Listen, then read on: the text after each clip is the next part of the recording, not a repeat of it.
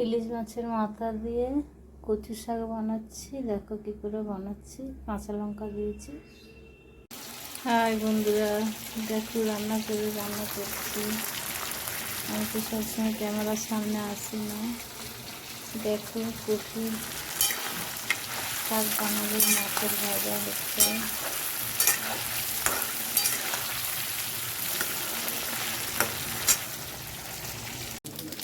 জিরে, তেজপাতা, এলাচ দিয়ে দিলাম।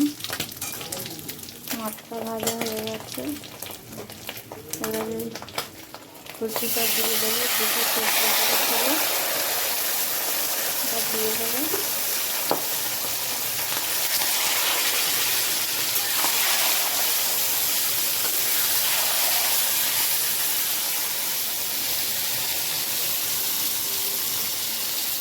স্বাদ মতো নুন দেবো।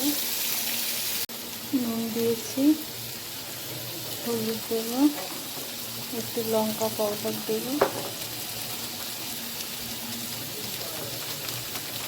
অল্প একটুখানি জিরে পাউডার দেবো, নাকি বেশি দেবো না।